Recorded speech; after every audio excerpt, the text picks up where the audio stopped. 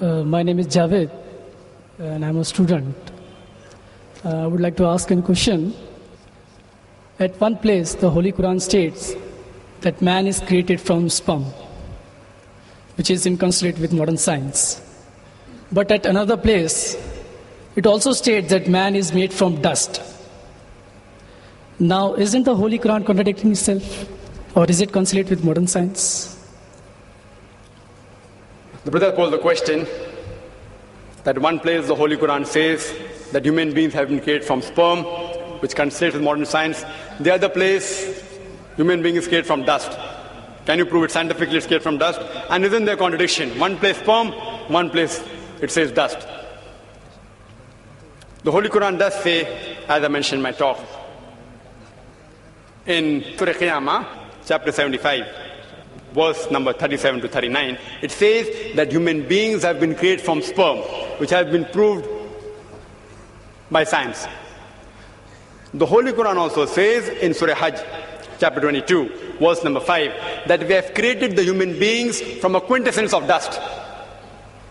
Today science tells us that all the elements that are there in the human body, they are present in lesser or greater quantity in the soil, in the earth.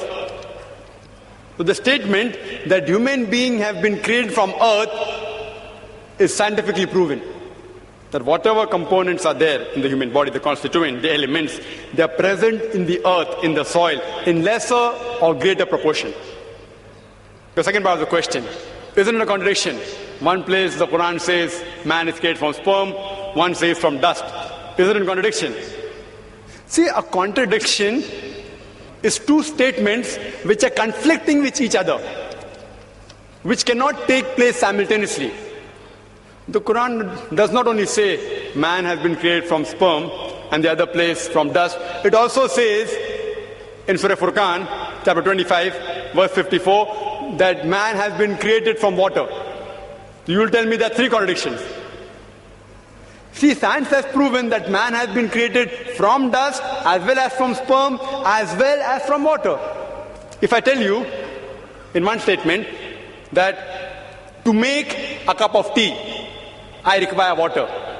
In the second statement I say, to make a cup of tea, I require tea leaves or tea powder. It's not a contradiction.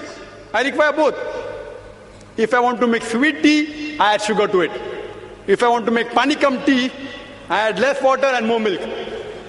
If I want to make Sulaimani tea, I add only water. So there is no contradiction when the Quran says human being is created from sperm and dust and water. It is actually contradistinction. What is the meaning of contradistinction? Contradistinction means speaking two or more things about a subject which are not conflicting with each other. For example, if I say that this man is honest, he's kind and loving, it is contradistinction. But if I say this man is always a liar and a truthful person, then it's contradiction, because both are opposing. If it's not opposing, it's called as contradistinction.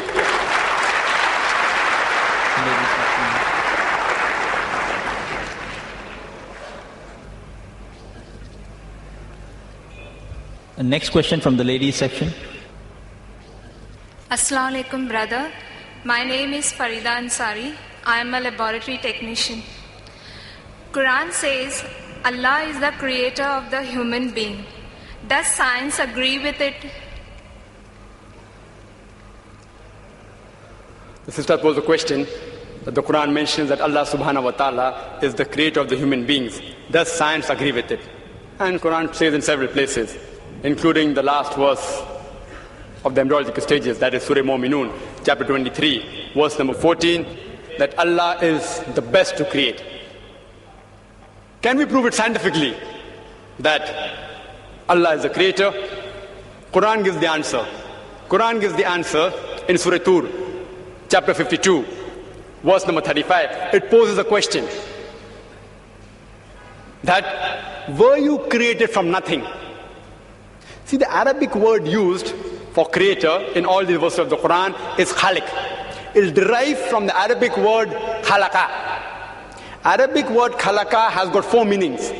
One meaning is to create something from nothing, without any previous example. That's only possible for Allah subhanahu wa ta'ala. Second meaning of khalaqa is to create something new from pre-existing material. The third meaning is of khalaqa, programming or planning. And the last meaning is to make smooth. So Quran poses a question in Surah Tur, chapter 52, verse 35, that were you created from nothing? But naturally the answer is negative. No. Human beings aren't created from nothing. They pose the next question. Were you the creators or we the creators? We know very well that man cannot create another man. If he could do that, then the moment he died, he would have created himself back. If his relatives would have died, he would have brought them back to life. Human beings can't even create a living creature such as fly, live aside human being. Neither can you attribute the organs of the body, say the reproductive organs, like testes or ovaries, that they are the cause for a creation. Because if you say that the testes, the uterus, etc. are the cause, then you have to include your ancestors, their reproductive system, their ancestors, all are responsible. So the answer is negative. Quran poses the next question in Surah Waqia, chapter 56, verse number 58 and 59, that do you not look at the sperm you have emitted? Were you the creator or we the creator? And but natural, all these questions that Quran poses, the answer is negative. Some people can say it's by chance. By chance we were created. They say nature. Natural thing. It happened by chance. Let's analyze scientifically whether the human beings can be created by chance. The protein molecule is a very important structure of the living cell. Very important part in the living structure of the cell. The protein molecule consists of 5 elements: the carbon, nitrogen, oxygen, hydrogen, and sulfur. And there are tens and thousands of atoms required to make one molecule.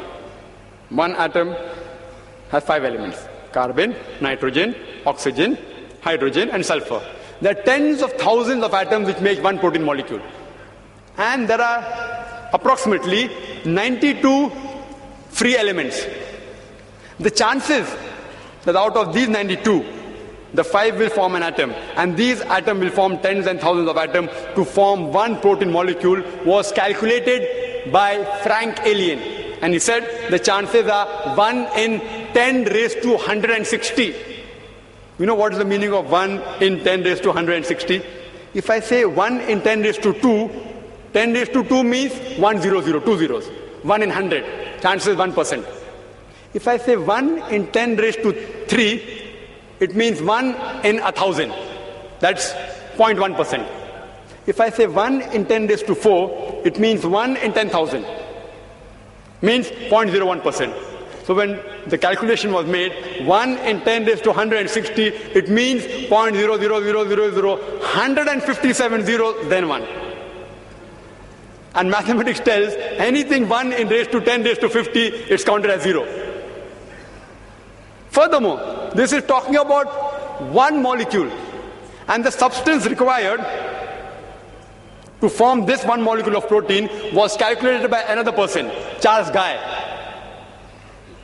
that it will require millions of times of substance as huge as our galaxies.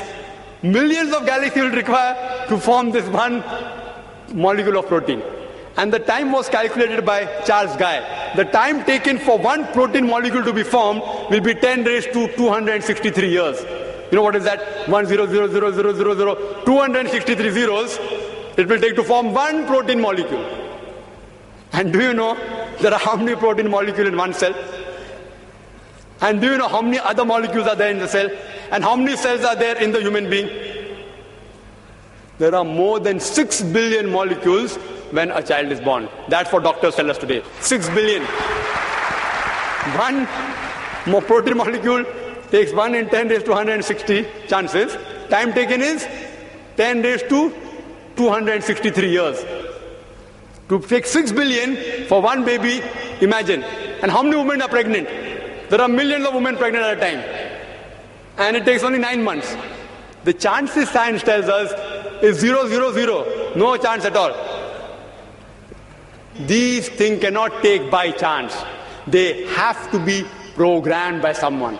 Science tells us there has to be someone, some supernatural force. Therefore, science, as I said earlier, is not eliminating God, it is eliminating models of God. La ilaha illa.